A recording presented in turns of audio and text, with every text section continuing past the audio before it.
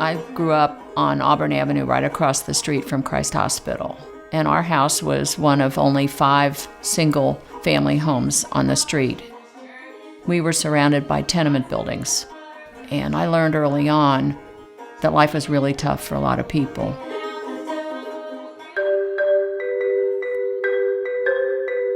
When I was young, I was my father's daughter. Everywhere I went, I was Dr. Garber's daughter.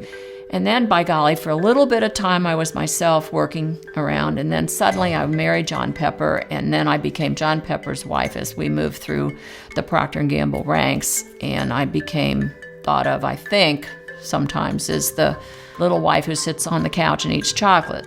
I do eat chocolate, but that's not who I am. I've been influenced by strong women, basically my mother, who never said that I couldn't do anything. Back in the early days when girls were told to be quiet and not say anything or not do, and my mother set the example that, no, you do it, and I thought all women could do what my mother did. She comes from a long line of very active feminist women. We have a great aunt who was at Seneca Falls. We have a great aunt who was the first head of the Department of Corrections for New York City. Her mother was very active in YWCA, so it's sort of in the genes. She's an advocate, and an advocate speaks to people, and she has influence, and she uses that influence to help people who can't help themselves. When I stopped working at Pogues in order to have my first child, I thought I've got to do something about, I can't stay home. I'm just not an at-home person. I joined the Junior League, and the first assignment I had was the Appalachian Festival, and I became business manager of the Appalachian Festival, first Appalachian Festival in Cincinnati.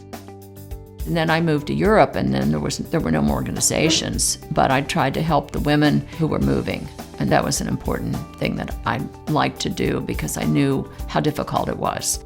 No one responds more quickly to a request for help or the need to clear something up than my mom, and I think that comes from her professional background. She was organizing, she was a legal secretary, she was a translator. She had that real work experience, and it's frankly been very important in all the things she's been part of since. She and my dad helped start the Cincinnati Youth Collaborative. Well, who was in the office every day making it happen? She was. She helped do the bookkeeping and everything else that got it started. I think it's really important to be involved in the community. If people aren't paying attention to what's going on in the community will fail.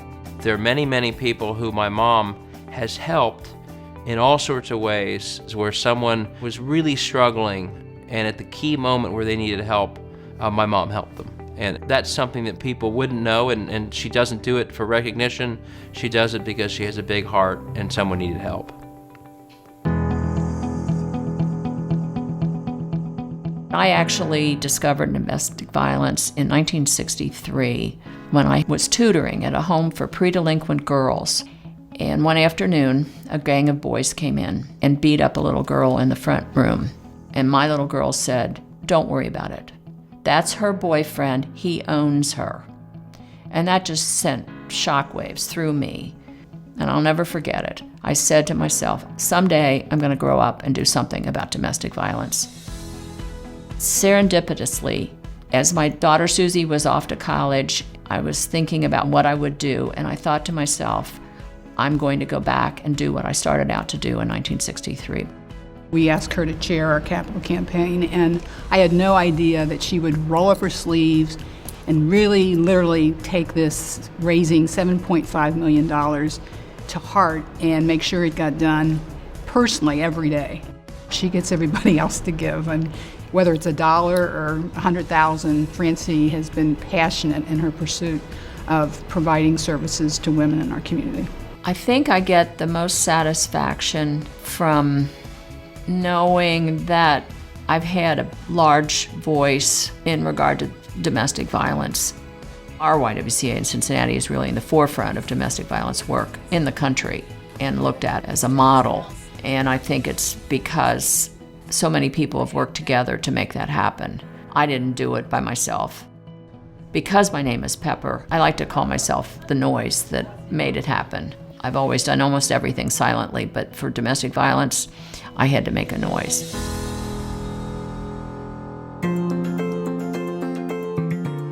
Before my mom was really known around the community, she spent a lot of time making sure that our household and the four of us were raised the right way, were well educated, had the right priorities. The challenges were to get the children oriented each time they had to change locations. But in the end, it taught them how to be completely independent. I have 7 grandchildren and am about to have another, and they are the most fun. They are so exciting and have so many great stories.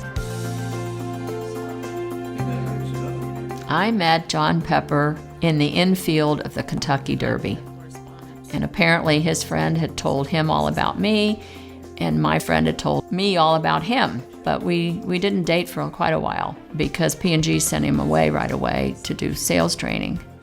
And then when he came back, we went out for a while. And then guess what? We didn't go out for a while either. This idea of getting married was beyond me. I thought marriage was having to do somebody else's laundry. And I didn't want to do that. I was quite happy on my own. So it took him a little while to talk me into it, but I am glad he did. Traveling around the world has really been an experience for us. John Pepper will tell you that I only agreed to marry him because he promised to show me the world, and he actually did that. The most important thing is to take care of the mothers, because the mothers are the first line of defense for their children.